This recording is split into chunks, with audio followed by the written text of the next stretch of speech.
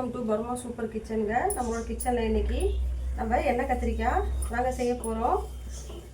அதுக்கு நம்ம ஒரு கடாயில் எண்ணெய் ஊற்றிட்டோங்க. இதுக்கு நம்ம தாளிப்புக்கு கொஞ்சம் கடுகு போட்டுக்கலாங்க.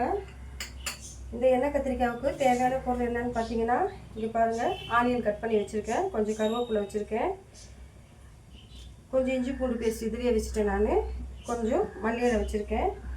இதுக்கப்புறம் ஒரு சின்ன சைஸ் தக்காளி, ஒரு 2 தக்காளி எடுத்து கட் பண்ணி வச்சுருக்கேங்க. இதுக்கப்புறம் நம்ம இந்த கத்திரிக்காய்க்கு தேவையான ஒரு ஸ்பூன் தனியாத்தூள், 1/2 ஸ்பூன் மஞ்சத்தூள், 1/2 ஸ்பூன் மிளகாத்தூள் வச்சுருக்கோம். அதுக்கப்புறம் சீரகம், சோம்பு நம்ம தூள் பண்ணி வச்சுருக்கோங்க. இங்கே பாருங்கள், இந்த தூள் கொஞ்சம் ஒரு ஸ்பூன் நம்ம சேர்த்துக்கலாங்க. சேர்த்துக்கிட்டு வாங்க நம்ம இப்போ எண்ணெய் கத்திரிக்காய் எப்படி செய்கிறதுன்னு பார்ப்போங்க. அதுக்கு எண்ணெய் சூடாகிடுச்சு. இப்போ இதில் கொஞ்சம் நம்ம கடுகு சேர்த்துக்கலாம். கடுகு பொரிஞ்சிருக்கும். சும்மா லைட்டாக இஞ்சி பூண்டு பேஸ்ட்டுனால நான் இதுலேயே வெங்காயத்தோடய வச்சுட்டேங்க. நான்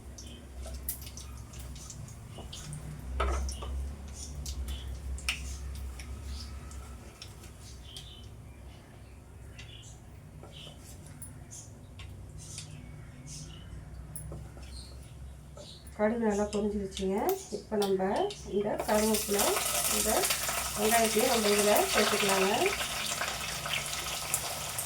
இஞ்சி பூண்டு பேஸ்ட்டு இதுலேயே நம்ம போட்டுட்டோம். நல்லா இது கொஞ்சம் வதங்கட்டும்.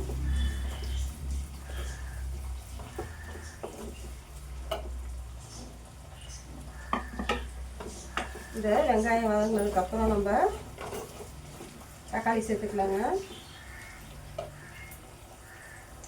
இப்போ நம்ம கத்திரிக்காவை கட் பண்ணி வச்சுக்கலாங்க. நான் ஒரு 300 கிராம் கத்திரிக்காய் எடுத்துருக்கேங்க. 300 கிராம் கத்திரிக்காவை நம்ம சின்ன சின்னதாக இப்படி கட் பண்ணி வச்சுக்கலாங்க. உங்களுக்கு என்ன சைஸ் வேணுமோ அதுக்கேற்ற மாதிரி நீங்கள் கட் பண்ணிக்கோங்க.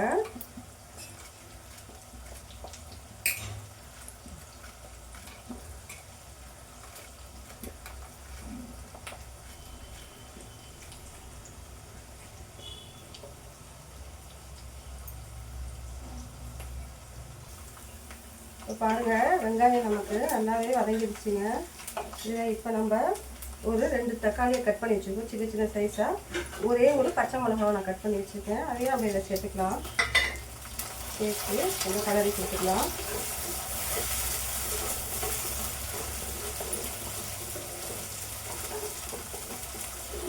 தக்காளி கொஞ்சம் வதங்கட்டுங்க.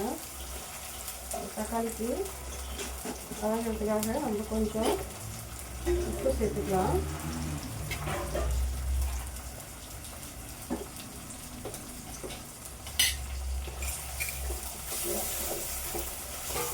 இந்த தக்காளி வதங்குற காட்டியும் நம்ம இங்கே நான் பருப்பு டால் ரெடி பண்ணி வச்சுருக்கேன். அதுக்காக ஒரு தாளிப்பு கொடுத்துக்கலாங்க. அதுக்கு எண்ணெய் சூடாகிடுச்சதுக்கு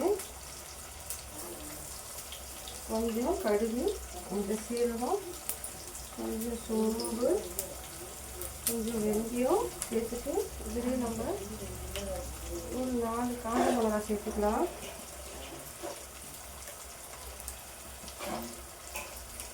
காஞ்ச மிளகாய் சேர்த்துட்டு இதில் நம்ம ஒரு கருவேப்பிலையும் கொஞ்சம் தட்டி வச்சுருக்கேன், பூண்டு தட்டி வச்சுருக்கேங்க. அதையும் நம்ம இதில் சேர்த்துக்கலாம். ஏன்னா பூண்டு கொஞ்சம் போட்டு தாளிக்கும் போது நல்லா வாசனையாக இருக்குங்க. நல்லா பொடி வைக்காது. இந்த சைடு நமக்கு தக்காளி வதங்கிக்கிட்டு இருக்குது. வதங்கட்டும்.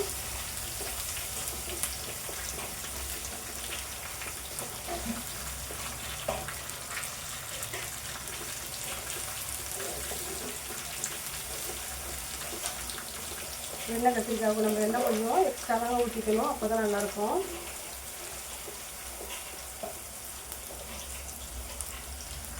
இப்போ நம்ம இந்த மிளகாத்தூள் 1/2 ஸ்பூனு, மஞ்சத்தூள் 1/2 ஸ்பூனு, தனியாத்தூள் 1 ஸ்பூன் வச்சுருக்கோம். இதை நம்ம இதில் சேர்த்துக்கலாங்க.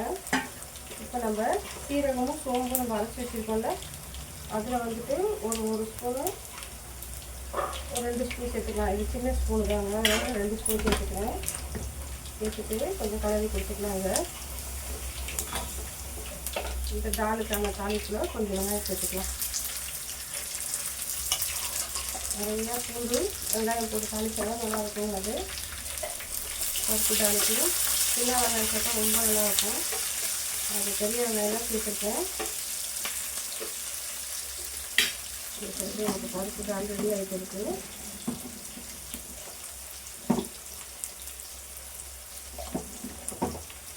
நம்மளுக்கு இந்த பாருங்கள், ஒரு பருப்பு தால் இந்த சைடு ரெடி பண்ணிகிட்டு இருக்கேன். நான்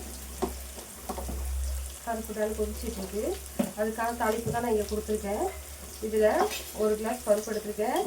இதில் ஒரு 2 தக்காளி, ஒரு 2 வெங்காயம், ஒரு 4 பச்சை மிளகாய், கொஞ்சம் கொத்தமல்லி, கொஞ்சம் மஞ்சத்தூள், கொஞ்சம் பெருங்காயத்தூள், கொஞ்சம் சீரகம், இதெல்லாம் சேர்த்து நான் பருப்பை வேக வச்சு எடுத்துக்கிட்டேங்க. ஒரு 2 விசில் வச்சு.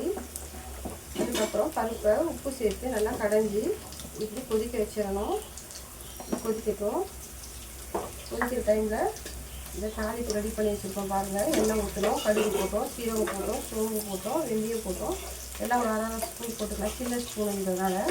அதில் பூண்டு தட்டி போட்டிருக்கோம், காஞ்ச மிளகாய் ஒரு 3 போட்டிருக்கோம், கருவேப்பிலை போட்டிருக்கோம், ஒரு வெங்காயத்தை கட் பண்ணி சேர்த்துருக்கோம். நீங்கள் இருந்தால் சின்ன வெங்காயம் சேர்த்துக்கோங்க, ரொம்ப சூப்பராக இருக்கும். இந்த தாலுக்கு சின்ன வெங்காயம் சேர்த்து வதக்கும்போது ரொம்ப நல்லாயிருக்கும். நமக்கு இந்த சைடு கத்திரிக்காய் வாங்க இந்த தாளிப்பு ரெடி ஆகிடுச்சிங்க. இதில் நம்ம இப்போ இந்த கத்திரிக்காய் சேர்த்துக்கலாங்க. எண்ணெய் கத்திரிக்காய் எண்ணெய் கொஞ்சம் எக்ஸ்ட்ரா ஊற்றுவாங்க, அப்போ தான் நல்லாயிருக்கும்.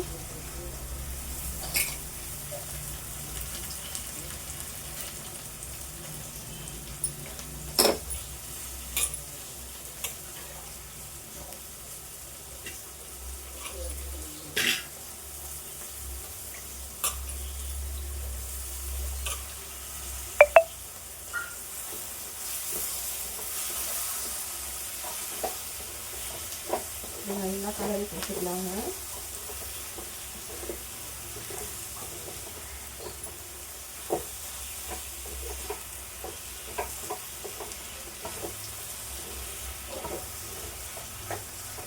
இதை நான் இன்னொரு கத்திரிக்காய் எடுத்து வச்சேன், அதையும் சேர்த்துட்டேன்.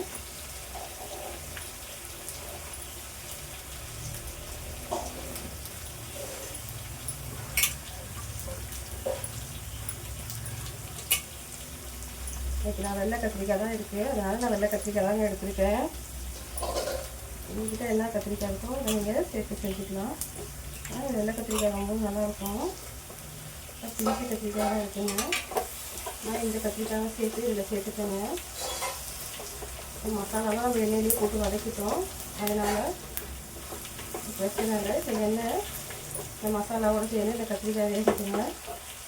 இப்போ நம்ம இந்த பருப்புக்கான ஒரு தாளிப்பு ரெடியாக இருக்குது. சைடு பாருங்கள், நல்லா கொஞ்சம் கலர் நல்லா மாறணும் வெங்காயம், அப்போ தான் நல்லாயிருக்கும் தாலுக்கு.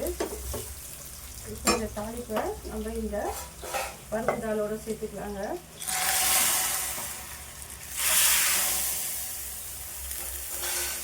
நமக்கு இந்த சைடு பருப்பு தாலும் ரெடி ஆகிடுச்சுங்க. நல்லா கமகமன்னு வாசனையாக இருக்குது.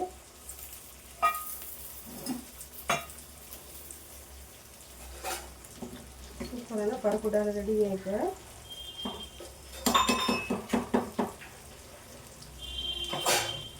கொஞ்சம் நேரம் இப்படியும் மூடி போட்டுங்க. இந்த கத்திரிக்காவும் இந்த சைடு நமக்கு ரெடி ஆகிட்டு இருக்குங்க. கத்திரிக்காய் நமக்கு ரெடி ஆகிட்டு இருக்கு. இங்கே பாருங்கள்,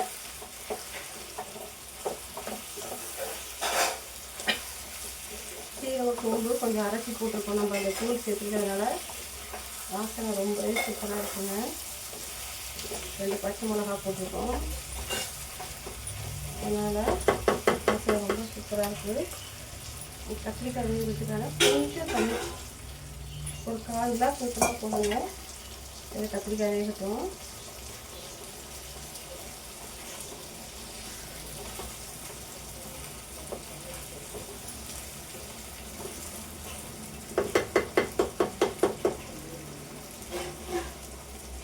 இதை பாருங்கள், எப்படி எண்ணெய் நல்லாவே நிறைய ஊற்றி இருக்கிறதுனால அப்படியே மேலே எண்ணெயில் அப்படியே கத்திரிக்காய் வேகுது. என்ன தான் நம்ம எண்ணெய் ஊற்றினாலும் லைட்டாக தண்ணி ஊற்றினா சீக்கிரமாக இந்த கத்திரிக்காய் வெந்துருங்க. அது இந்த சைடு நமக்கு டால் ரெடி ஆகிடுச்சு. கொதிச்சிருச்சு. இதை கொஞ்சம் நம்ம ஆஃப் பண்ணிக்கலாம். இப்போ ஃபைனலாக இந்த டாலில் கொஞ்சம் மல்லி இலை சேர்த்துக்கலாம். கொத்தமல்லி இலை சேர்த்து அதை அப்படியே மூடி வச்சுட்டு கத்திரிக்காய் சைடு வெந்துக்கிட்டு கத்திரிக்காய் சீக்கிரமாகவே வெந்துடுங்க. பாருங்க.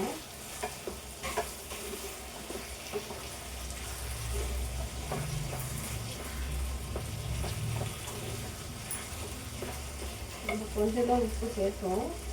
அதனால் நம்ம இன்னும் கொஞ்சம் இதில் சால்ட்டு சேர்த்துக்கலாங்க.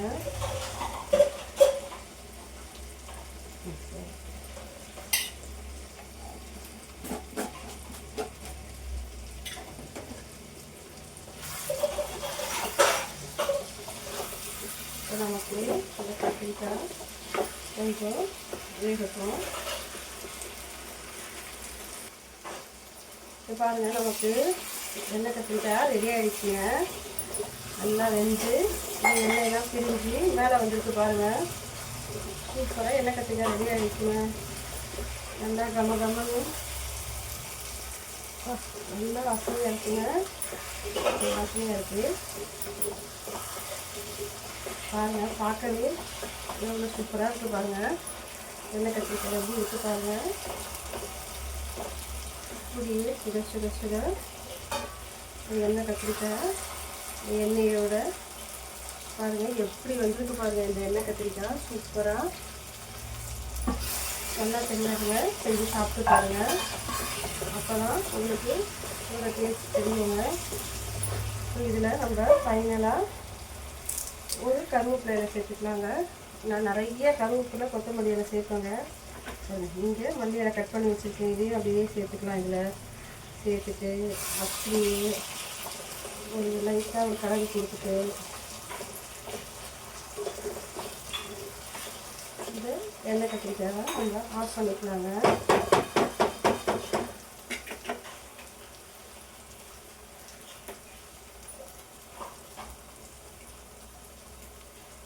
இங்கே பாருங்கள், நமக்கு எண்ணெய் கத்திரிக்காய் எவ்வளோ சூப்பராக ரெடியாக இருக்குது பாருங்கள். செஞ்சு சாப்பிட்டு பாருங்கள். செம்ம டேஸ்ட்டாக இருக்குங்க. நீங்களும் இதை ட்ரை பண்ணி பாருங்கள். ஓகே, பாருங்க.